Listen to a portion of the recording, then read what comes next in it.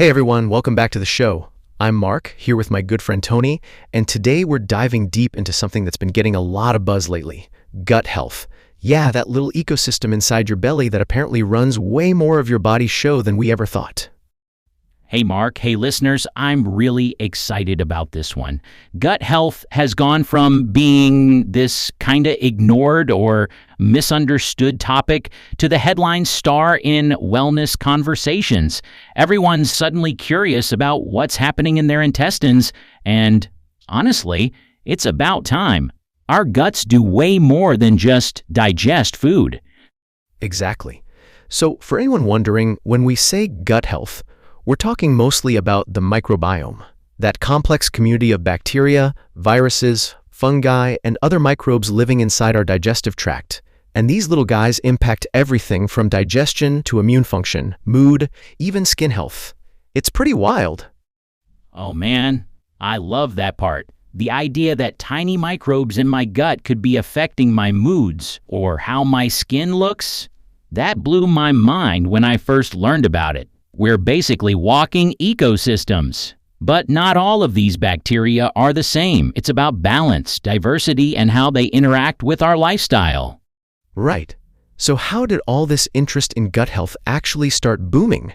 It's not like people just woke up one day and decided their bowels were fascinating. Haha, true.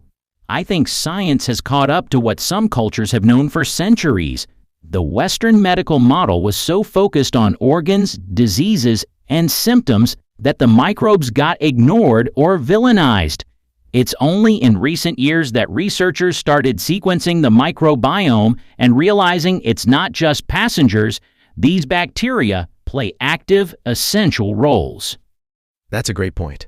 And they found some crazy facts, like the gut has about 100 trillion microbes, which is more than our own body cells. And they have about 150 times more genes than our human genome. We're literally wrapped in a genetic powerhouse that influences digestion, metabolism, even how our immune systems respond.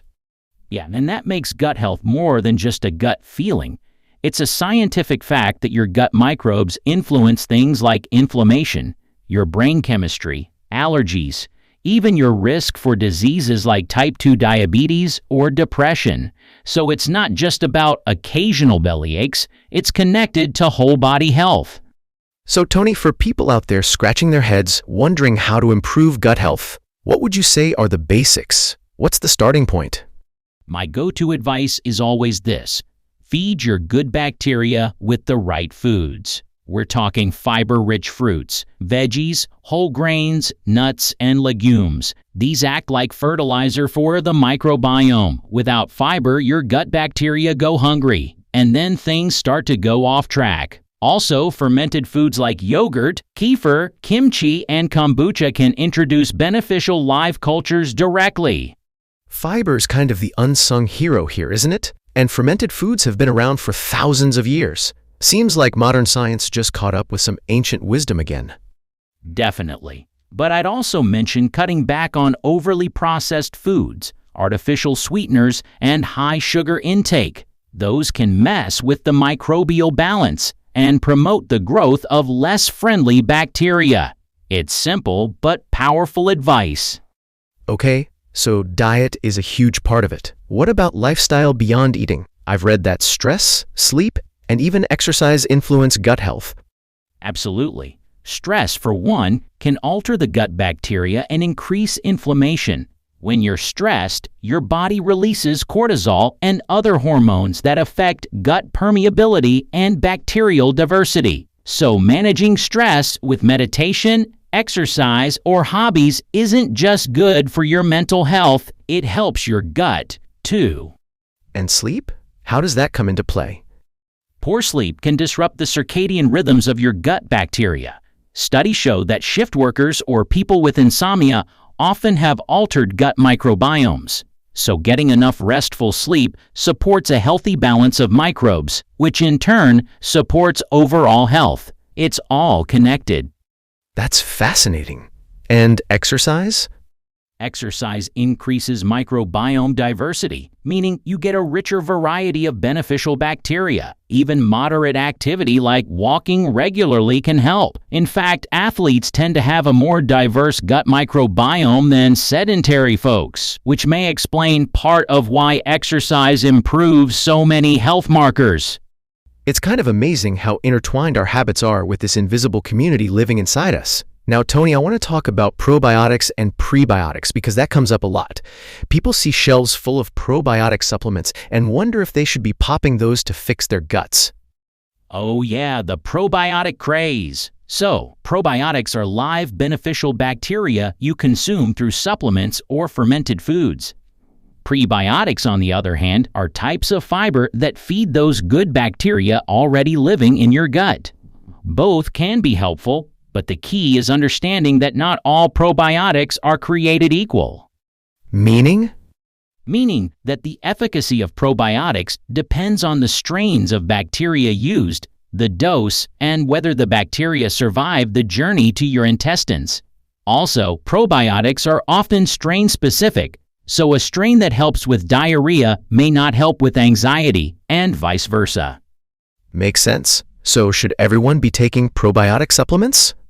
Not necessarily. If your diet is rich in fiber and fermented foods, your microbiome might be doing just fine. Supplements can be useful for specific situations, like after antibiotics wipe out your gut flora or for certain digestive conditions. But the science isn't there yet to recommend probiotics as a daily must-have for everyone. What about prebiotics? Those sound a bit more straightforward. Yeah, prebiotics like inulin, fructooligosaccharides, and resistant starch basically feed your good gut bacteria. Foods like onions, garlic, bananas, asparagus, and oats are great sources. Increasing prebiotic intake can support a diverse and resilient microbiome over time, which to me feels like the smarter, longer-term strategy rather than chasing quick fixes. Okay, so diet, stress, sleep, exercise, and understanding probiotics and prebiotics all factor into gut health. But what about antibiotics? We all take them sometimes, but I hear they can wreak havoc on the microbiome. You're right, antibiotics can be life-saving, but they're like carpet bombing your microbiome, killing both harmful and beneficial bacteria.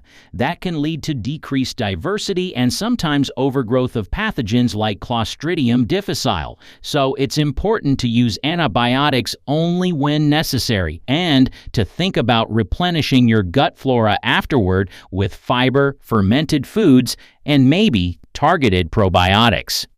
It's a delicate balance, huh? We want to fight infection, but not destroy our internal microbial allies. Exactly. And this is why the rise of antibiotic resistance is so worrying. Overuse not only kills off our beneficial microbes, but also breeds resistant bad bacteria, throwing the whole community out of whack. Before we move toward wrapping up, can we talk about the connection between the gut and the brain? I mean, people keep mentioning the gut-brain axis, like it's some kind of superhighway. Yes, the gut-brain axis is one of the coolest discoveries in recent health science. It's the two-way communication system between your gut and your brain, involving nerves, immune signals, and even microbial metabolites. Your gut bacteria actually produce neurotransmitters like serotonin, which affect mood and cognition. So, you're saying my anxious mornings or foggy days could partially be linked to what's going on in my gut? Absolutely.